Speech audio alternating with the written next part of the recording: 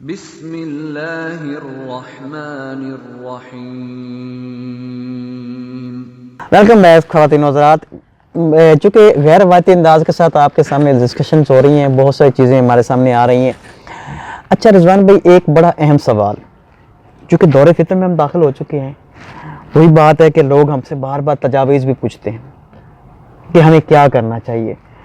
اب مجھے یہ بتائیں پریکٹیکلی ایک عام مسلمان اس دور فتن میں اپنے ایمان کی حفاظت کیسے کر سکتا ہے، اپنے ایمان کو مضبوط کیسے کر سکتا ہے، اور اس وقت اس کے ایمان کی حالت کیا ہے، خطرات اس کو آگے کس قسم کے نظر آ رہے ہیں، یہ تمام چیزوں کا ذرا سمجھ کریں نا۔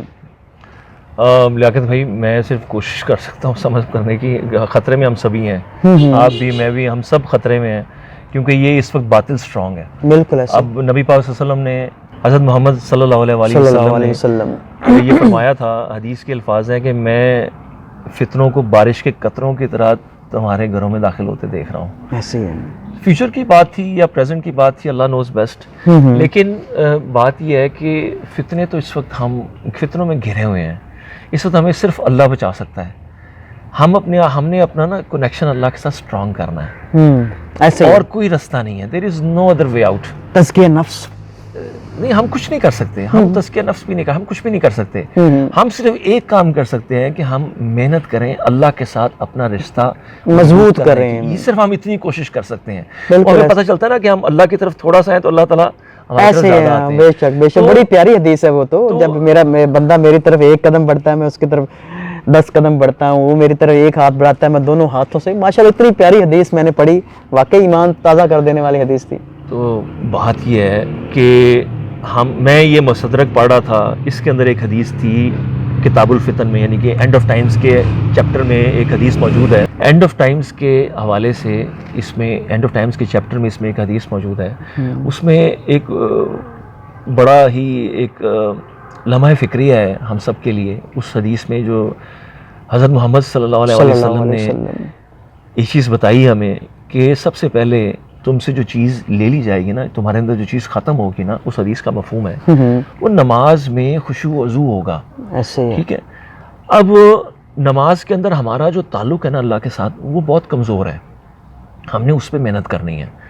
ہمیں دیکھیں، ہم اسٹریٹجی اس وقت تک، خشوع اور خضوع کو نا ذرا آسان لفظوں میں ایک عام آدمی جو ہمارا ویڈیو دیکھتا ہے نا اس کو بھی سمجھانے کی کوشش کریں۔ سب سے پہلے تو جناب آپ یہ سمجھ لیں کہ آپ کو نماز کا ترجمہ پہلے، سب سے پہلے آپ دیکھیں کہ نماز کا ترجمہ کیا ہے، ہم پڑھ کیا رہے ہیں۔ اس میں سورہ فاتحہ ہے، سورہ فاتحہ اتنی امپورٹنٹ ہے، سورہ فاتحہ کے بغیر نماز ہی نہیں ہوتی ہے، صحیح بخاری کی حدیث ہے، سورہ فاتحہ کے بغیر نماز ہی نہیں ہوتی ہے۔ تو جو چیز جس کے بغیر نماز ہی نہیں ہوتی، اس کا مطلب ہے کہ نماز کا جو اصل جو اس کا ایسنس ہے وہ اس کے اندر ہے۔ بے شک، اگر آپ نے نماز کے اندر خشوع و وضو تلاش کرنا ہے تو سورہ فاتحہ کو آپ سمجھیے، جس میں حدیث کے مطابق مفہوم میں آپ کو بیان کر رہا ہوں کہ جس میں یہ سورہ فاتحہ کو نا 2 حصوں میں اللہ تعالیٰ نے تقسیم کیا ہوا ہے۔ ایک حصہ اس میں ہم عبادت کا ہے، ایک دعا کا ہے، ایک دعا کا ہے، اور ایک اللہ تعالیٰ اس کے بعد ہمیں بتا رہے ہیں کہ ہم اللہ سے کیا مانگ رہے ہیں، یعنی کہ اللہ کی تعریف ہے، پھر اس کے بعد کہ ہم مانگ کیا رہے ہیں اللہ کی تعریف اور دعا۔ ہاں، تو یہ چیز نماز کو 2 حصوں میں تقسیم کر دی، حدیث کے الفاظ ہیں، یہ نہیں کہ سورہ فاتحہ کو 2 حصوں میں تقسیم کیا ہوا۔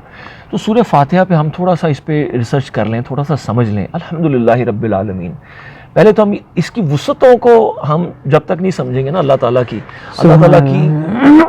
کی ذات کو کہ کتنی وسعتیں ہیں، اللہ تعالیٰ تمام کائناتوں کا رب ہے۔ یہ تو ہمارا کائناتوں میں سے ایک کائنات کا ایک چھوٹا سا پلانٹ ہے نا، ایک شاہ کے اندر ہم بیٹھے ہوئے ہیں، اور وہ بھی اس کا 1000 کروڑواں حصہ ہے ہماری زمین۔ ایک تو ہم ایک چھوٹے سے پلانٹ ارتھ پہ ہے نا، اس کے علاوہ کتنے اور پلانٹس ہیں، وہ بھی قرآن میں، گلیکسیز، جی الگ الگ گلیکسیز، قرآن میں بڑا ایک ذکر گلیکسی کے ملتا اندر ہے، پتہ نہیں کتنا کچھ ہے۔ قرآن میں دوسرے پلانٹس کا بھی ذکر ملتا ہے، قرآن میں دوسرے پلانٹس پہ رہنے والی جو ہے اللہ تعالیٰ کی کریشنز کا بھی ذکر ملتا ہے۔ ہم انشاءاللہ اس پہ آئیں گے، سائنس اور قرآن کے چیپٹر پہ ہم انشاءاللہ تعالیٰ آئیں گے۔ اس میں میں خود ریسرچ کر رہا ہوں، اور میں یقین کریں وہ جب سے ریسرچ شروع کی ہے میں بالکل جو ہے نا حیران ہوں، اور بہت ہی زیادہ فیسنیٹڈ کہ کتنا خوبصورت ہے ہمارا دین، ہمارا قرآن کے بارے میں ہے کہ اس کے اندر ہر تالے کی چابی موجود ہے۔ قرآن بہت وسعتیں ہیں اس کے اندر. لیکن ہم اپنے ٹاپک پہ آتے ہیں ہاں جی کہ یہ جو خشوع و وضو ہے یہ ہمیں نماز سے حاصل کرنا ہے.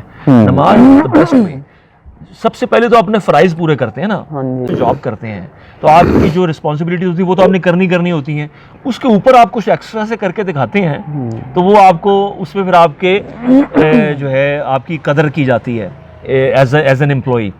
تو آپ یہ دیکھیے گا کہ ہمارے اوپر 5 نمازیں فرض ہیں. 5 نمازیں تو ہم نے اگر ہم نہیں پڑھ رہے ہیں تو خشوع و وضو کی تو بات بڑی دور کی ہے, پھر تو غزوہ ہند کی بات تو بہت دور کی ہے, پھر تو حضرت امام مہدی کی بات بہت دور کی ہے. وہ تو پریکٹیکلی نہیں ہے. سب سے پہلے اپنی اصلاح اور اپنی فرائض کو مضبوط, سب سے پہلے جو فرائض ہیں اگر ہم اپنے فرائض پر ہی پورے نہیں ہیں, اگر ہم 5 وقت کی نماز ہی نہیں پڑھ رہے ہیں تو باقی باتیں تو پھر تو وہ تو ایکسس سے ہی دور ہیں, ایسے آؤٹ آف ریچ ہیں ساری باتیں. بالکل ایسے ہی. تو سب سے پہلے ہمیں اپنی 5 وقت کی نماز پڑھنی ہے, اس پہ خشوع و وضو پیدا کرنا. نماز کو ترجمے سے سورہ فاتحہ پہ کام کریں.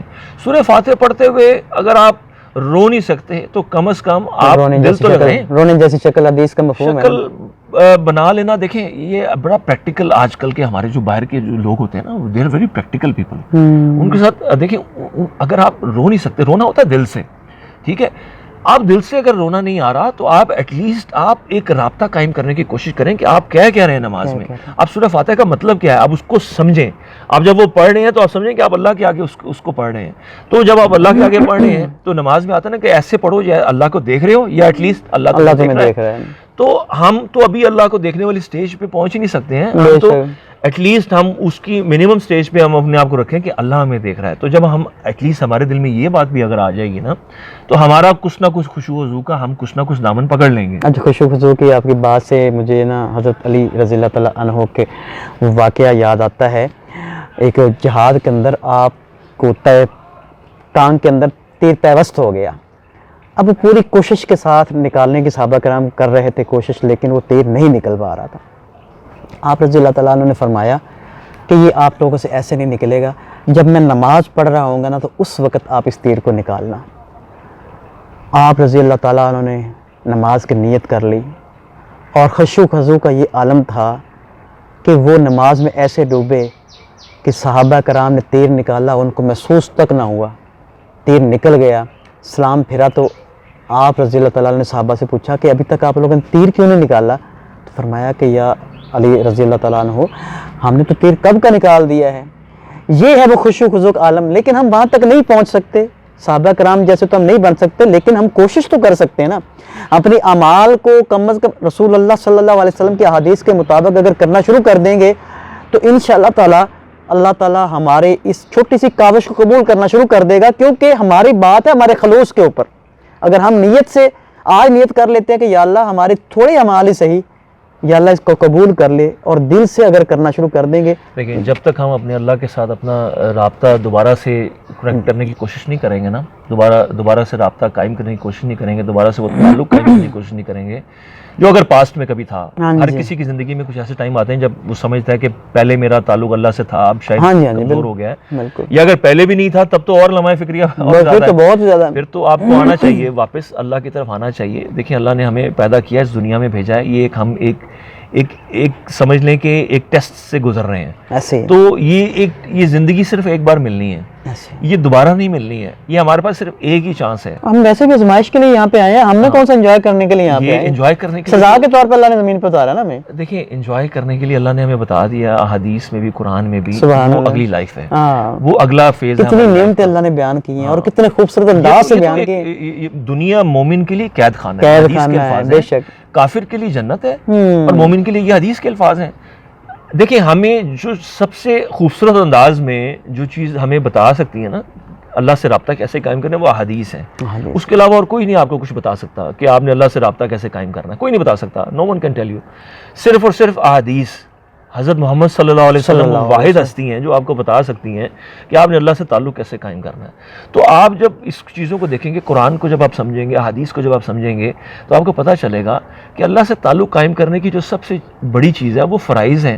فرائض کے بعد پھر ایکسٹرا سے وہ جو جیسا تہجد ہوتی ہے، جیسا نفلی روزے ہوتے ہیں، کیونکہ ایک تو فرض وہ اگلی سٹیج آ گئی نا، وہ اگلی سٹیج ہوتی ہے، لیکن سب سے پہلے آپ کو فرائض پہ آنا ہے. فرائض سب سے پہلے فرائض، 5 وقت کی نماز اور رمضان کے روزے اور زکوٰۃ اپنی آپ نے پوری دینی ہے. زکوٰۃ میں بہت زیادہ کوتاہیاں ہیں ہماری، اور یہ سب سے بڑا ہمارے لیے لمحہ فکریہ ہے کہ جب تک رزق حلال نہیں ہوگا، سوری جب تک رزق حلال نہیں ہوگا آپ کی نماز بھی قبول نہیں ہوگی.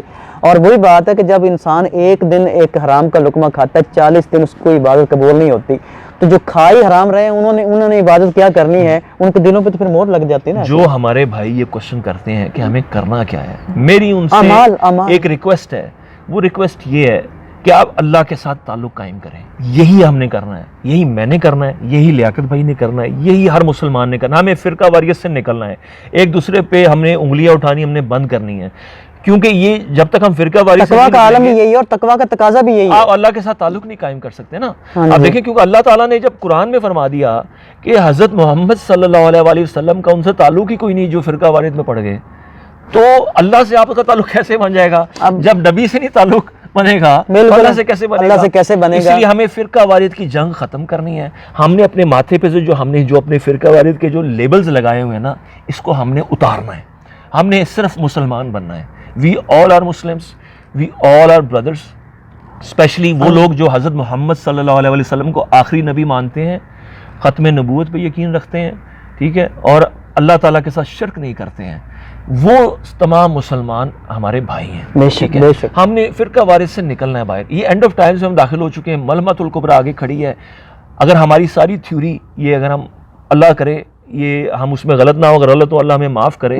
اگر حضرت امام مہدی کا دور قریب ہے، ملحمۃ الکبریٰ قریب ہے، دجال قریب ہے، تو معاملات تو پھر بہت خطرناک اس وقت اسٹیج پہ کھڑے ہیں. ہم تو بڑی خطرناک اسٹیج پہ کھڑے ہیں. اگر ہم ابھی بھی اگر ہم نے اپنی اصلاح نہیں کی تو پھر تو اصلاح آگے ٹائم نہیں ہے پھر آگے اصلاح کرنے کا. یہ ابھی ہم نے فیصلہ کرنا ہے کہ ہم نے اصلاح کرنی ہے. ہم نے اپنے اللہ کے ساتھ اپنا تعلق کو قائم کرنا ہے.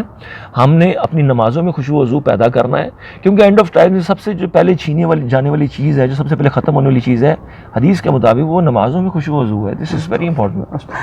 اب مسئلہ بہت شکریہ رضوان بھائی، آپ نے بڑے اچھے انداز سے ایکسپلین کیا. ایک بالکل واضح بات ہے کہ ہم نے اپنی اصلاح کیسے کرنی، قطع نظر اس کے آپ کس مسلک سے ہیں. آپ علماء کرام جو آپ کو کہتے ہیں فلاں کے پیچھے آپ کی نماز نہیں ہوتی، فلاں کے پیچھے نماز نہیں ہوتی، بھائی اللہ کے رسول نے ہمارے سامنے سب کچھ رکھا ہے. آپ کم از کم اس احادیث کو سمجھنے کی کوشش کریں. جو فتوے لگاتے ہیں ایک دوسرے پہ کفر کے، بھائی پہلے مسلمان تو بن جائیں پھر دوسروں کو کافر کہیں نا. مسلمان ہونے کے بعد ایمان کی حالت آتی ہے نا. ہم جج نہیں ہیں. اگر ایک بندہ دعویٰ کرتا ہے، کلمہ پڑھتا ہے لا الہ الا اللہ محمد رسول اللہ صلی اللہ علیہ وسلم، تو ہمیں کوئی حق نہیں پہنچتا. میں آپ کو اس کی ایک ایگزامپل دیتا ہوں. ہاں جی. ایک غزوے میں ایک صحابی ہوتے ہیں، وہ قابو کر لیتے ہیں ایک کافر کے اوپر. اب اس کو وہ قتل کرنے لگتے ہیں، تو وہ آگے سے کلمہ پڑھ لیتا ہے شخص. اچھا. تو وہ صحابی جو ہے وہ ان کو پھر بھی ان کو قتل کر دیتے ہیں. اب ہوتا کیا ہے کہ اب یہ معاملہ حضرت محمد صلی اللہ علیہ وسلم کے پاس آتا ہے. تو نبی اکرم صلی اللہ علیہ وسلم نے فرمایا اس وقت، اس کا حوالہ بھی شیئر کروں گا انشاءاللہ تعالی، آپ پڑھ لیجئے گا. اس میں یہ بڑی کلیئرٹی میں آتا ہے. یہ اللہ کے رسول صلی اللہ علیہ وسلم ناراض ہوتے ہیں. حدیث کا مفہوم ہے، کہتے ہیں کہ کیا تم نے اس کا دل چیر کے دیکھ لیا تھا کہ اس نے دل سے کلمہ پڑھا تھا کہ نہیں پڑھا تھا؟ صحابی نے کہا تھا کہ جو اس نے خوف کے عالم میں جی خوف کے لیے پڑھ لیا. تو نبی پاک صلی اللہ علیہ وسلم نے فرمایا کہ دل چیر کے دیکھ لیا تھا، یا دل چیر کے دیکھ لیتے کیا واقعی اس نے صحیح پڑھا تھا نہیں پڑھا تھا. تو اتنی بار فرمایا، وہ صحابی بڑے پریشان ہوئے کہ یہ کیا ہو گیا مجھ سے. تو اس کے بعد اسی حدیث کے اینڈ کے الفاظ ہیں کہ ان کی جب وفات ہوتی ہے کچھ عرصے بعد، تو ان کو دفنایا جاتا ہے. تو دفنانے کے بعد دیکھتے ہیں اگلے دن ان کی جو باڈی ہے وہ باہر پڑی ہوتی ہے. وہ پھر جاتے ہیں انہی صحابی کی، وہ پھر ان کو دفناتے ہیں، اگلے دن پھر باہر پڑی ہوتی ہے. تو سمجھتے ہیں شاید کسی بندے نے شرارت کی ہے، تو وہ تیسری بار بھی کرتے ہیں، پھر باہر پڑی ہوتی ہے. تو پھر وہ اس کو ڈسپوز آف کر دیتے ہیں کہیں اور. یعنی کہ زمین نے بھی قبول نہیں کیا. میرے کہنے کا مطلب یہ ہے کہ ہم کوئی نہیں ہوتے کسی کو کافر کا فتویٰ لگانے والے، لیبل لگانے والے، انٹل انلیس وہ اعلانیہ کفر کرے. ٹھیک ہے، جب وہ کلمہ پڑھتا ہے اللہ کا اور اللہ کے رسول صلی اللہ علیہ وسلم کا، ہمیں کوئی حق نہیں پہنچتا کہ ہم کسی کو، ہم جج نہیں ہیں. ہم نے اپنا جواب دینا اللہ تعالیٰ کو جا کے. ہم نے لوگوں کا جواب نہیں دینا. ہم نے اللہ کے آگے خود سر جھکا کے کھڑے ہونا ہے, اپنے اعمال کے اوپر شرمندگی کا اظہار کرتے ہوئے ہم نے اللہ کے آگے کھڑے ہونا ہے, نہ کہ ہم دنیا میں ہم جج بن جائیں, دنیا میں ہم ایک دوسرے پہ انگلیاں اٹھائیں. اسی کا تو فائدہ اٹھا رہے ہیں. یمن میں کس چیز کی آگ لگی ہوئی ہے؟ فرقہ وارد کی آگ ہے. شام میں کس چیز کی آگ ہے؟ فرقہ وارد کی آگ ہے. عراق میں کس چیز کی آگ ہے؟ فرقہ وارد کی آگ ہے. یہ وہ 3 ممالک ہیں جس کو حدیث نے بتایا کہ یہاں پر ٹکڑیاں لڑ رہی ہوں گی تم میں. یہ حدیث پوری ہو رہی ہیں اس اینڈ آف ٹائمز کے ٹائم کے اوپر. یہ کس کی پوری ہونی؟ فرقہ وارد کی وجہ سے یہ سارا کچھ ہو رہا ہے. اور یہی آگ اب بڑے منظم انداز کے ساتھ وہ پاکستان میں شروع کروانا چاہتے ہیں. میں نے اس لیے کہا تھا کہ یہ جو محرم اس سال کا آ رہا ہے اور اگلے سال کا جو محرم آ رہا ہے, یہ بڑا امپورٹنٹ ہے. اس میں دونوں سائڈوں پہ کچھ نہ کچھ ہوگا. اللہ تعالیٰ رحم کرے, اللہ تعالیٰ بچانے اللہ والا ہے. حفاظت کرے, اللہ تعالیٰ ہماری حفاظت کرے. ہم اپنے مسلمان بھائیوں سے یہ ریکویسٹ کرتے ہیں کہ فرقہ واریت کی جنگ سے باہر نکلیں, آنکھیں کھولیں. معاملات آگے بہت آگے سیریس ہیں. یہ ان ایشوز کو قیامت کے لیے چھوڑ دیں. آپ کے جو اختلافات ہیں اس کو قیامت کے لیے چھوڑ دیں. ایون کہ حضرت امام مہدی کے لیے چھوڑ دیں. حضرت امام مہدی آگے جب خلافت مہدی قائم کریں گے وہ حق کا فیصلہ فرما دیں گے. انہوں نے تو بالکل نا ہر چیز کو لائن پہ لے آنا نا, اور پانی کا پانی ہو جائے. انہوں نے نتھار کر دینا ہے. وہاں پہ کسی فرقے کی ضرورت نہیں پڑنی. انہوں نے بلکہ مجھے یہاں پہ ایک شیخ, اپنے شیخ کی بات یاد آ گئی. انہوں نے فرمایا کہ انہوں نے تو تلوار کے ساتھ جو اپنے اس طریقے سے فتوے لگانے کی کوشش کرے گا, اور خاص طور پہ ظاہر ہے کہ اس میں وہی لوگ آئیں گے جو فتوے لگاتے ہیں, تلوار سے ان کا سر اڑا دینا ہے. کہنے کا مقصد یہ ہے کہ ہمیں کسی پر کوئی حق نہیں ہے. اعمال پریکٹیکل بنے.